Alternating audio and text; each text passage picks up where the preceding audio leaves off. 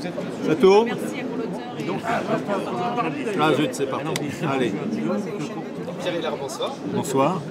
On vous retrouve aujourd'hui, vendredi 21 mars au Salon du Livre. 2014. Et vous présentez votre nouvel ouvrage, Je préfère le montrer tout de suite, ou là. Chronique du mondialisme. Et oui, retour aux sources. Alors, Pierre Hillard, est-ce que vous pouvez nous expliquer en quoi consiste ce nouvel ouvrage? Alors, trois choses. D'abord, il y a un recueil des différents articles que j'ai pu écrire sur le site Boulevard Voltaire. Ces articles sont restitués dans leur intégralité avec les notes de bas de page qui allaient avec, mais j'ai rajouté en note de bas de page des informations supplémentaires pour, j'allais dire, entre guillemets, parfaire ou rajouter des informations supplémentaires. J'ai rajouté un article très long que j'avais écrit sur un site de géopolitique qui s'appelle DeepLeWeb. Et cet article était consacré aux relations entre l'Europe et l'Amérique.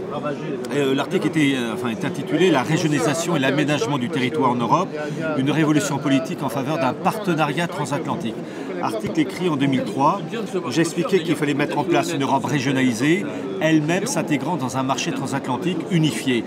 C'était en 2003. Je rappelle qu'il a fallu attendre février 2013 pour entendre officiellement, par la voix du président Obama, la naissance du marché transatlantique. Et surtout, chose intéressante, dans cet article de 2003, qui est en fait un rapport que j'avais écrit pour ce site, il y a la politique américaine à l'égard de l'Est, et en l'occurrence, en 2003, c'était, il y a 10 ans de ça, c'était pour l'Ukraine et les États balkaniques, où ils voulaient intégrer ces États, et l'Ukraine en particulier, dans l'OTAN.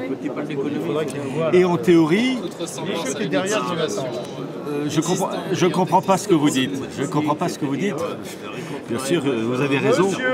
Et en 2003, ils voulaient, les dirigeants américains, et entre autres, c'est un rapport de Colin Powell, intégrer l'Ukraine à l'Union européenne et à l'OTAN, ils le disent dans le document de 2003, pour l'année 2010.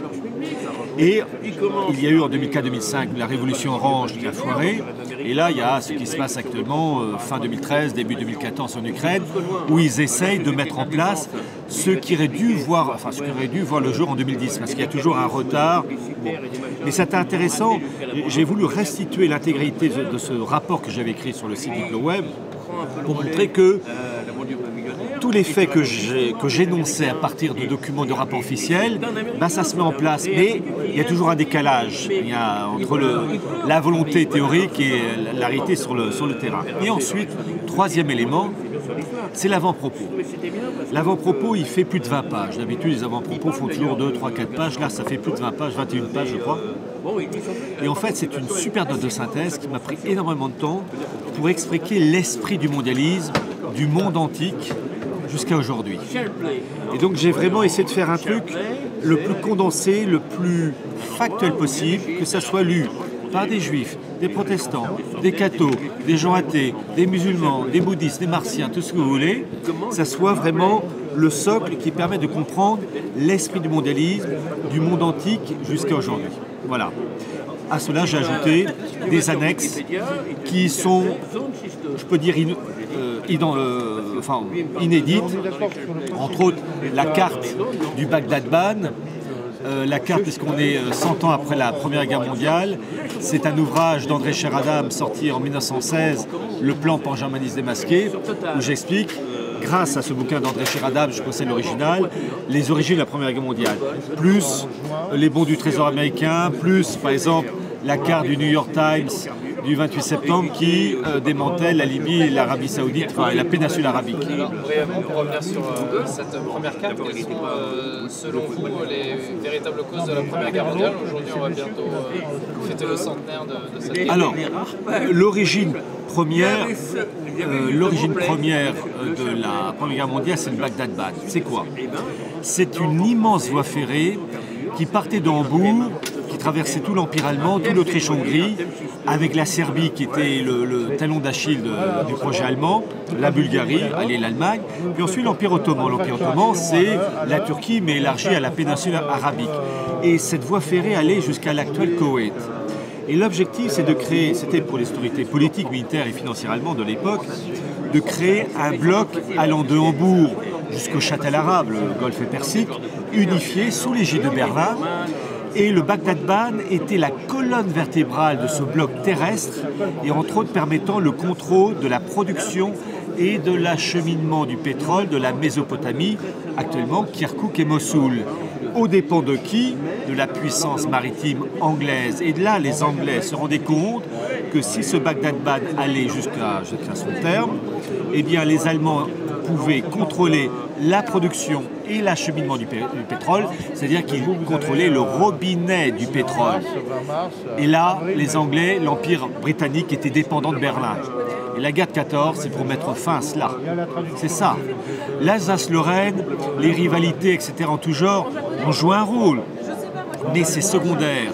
Et d'ailleurs, c'est pas pour rien que l'attaque britannique, quand la Première Guerre mondiale éclate, elle a lieu où? Vraiment, c'est pas sur le front français avec l'Allemagne. Ce sont les Dardanelles, février 1915, sous l'initiative de Winston Churchill, qui était le patron de la vérité britannique, parce qu'il voulait couper l'Empire ottoman du reste des empires centraux. Donc on voit que les Allemands allaient mettre sur pied le système qui allait leur donner la suprématie, et les Anglais voulaient mettre fin à cela. En quoi votre foi catholique influence-t-elle votre travail, vos recherches? Disons que, avant de parler de foi, j'aime bien m'appuyer uniquement sur des faits. Et les faits s'appuient sur n'importe quelle religion. Le judaïsme, le catholicisme, le protestantisme, l'islam, tout ce que vous voulez. Donc, ce que j'aime voir, c'est d'abord ce que disent ces différentes religions et de comparer les propos tenus par ces religions et les auteurs aujourd'hui ou les dirigeants. Voilà. Et dans le cas du catholicisme, je constate que les propos tenus par les dirigeants catholiques actuels ne correspondent plus aux propos tenus par les dirigeants catholiques pendant des siècles. Donc je me dis qu'il y a un décalage. Et pourquoi tout d'un coup cette chose qui était dite de la même manière pendant des siècles, comme par hasard elle a changé avec Vatican II, qui ressemble furieusement aux propos tenus par les dirigeants comme des rabbins, je pense au rabbin Élie Bédamosel, ou bien aux protestants. Voilà, c'est expliqué. D'ailleurs, c'est ce que je raconte dans l'avant-propos. L'avant-propos que j'ai fait, c'est sur l'esprit du mondialisme. C'est je vous dis, c'est une super note de synthèse pour essayer de faire un truc qui puisse être lu par n'importe qui. De telle manière que montrer la logique du système, après on est pour ou contre des conséquences, ça c'est autre chose, mais montrer qu'il y a un courant religieux qui s'oppose à un autre courant religieux et qui ensuite a des répercussions matérielles, politiques, économiques, capitalisme, socialisme, communisme, et de voir l'origine, la source, et de voir les rivalités au cours des siècles. Non, les 21 pages que j'ai faites, elles m'ont pris du temps pour synthétiser au maximum et toujours affirmer un truc officiel. J'ai balancé des choses qui sont assez choquantes, mais qui sont officielles et vérifiables. Voilà, donc on se fait plein d'amis. Là, le livre vient de sortir, il est encore tout chaud, façon petit pain. Attendez quelques semaines, si je reçois des coups comme vous, c'est bon signe.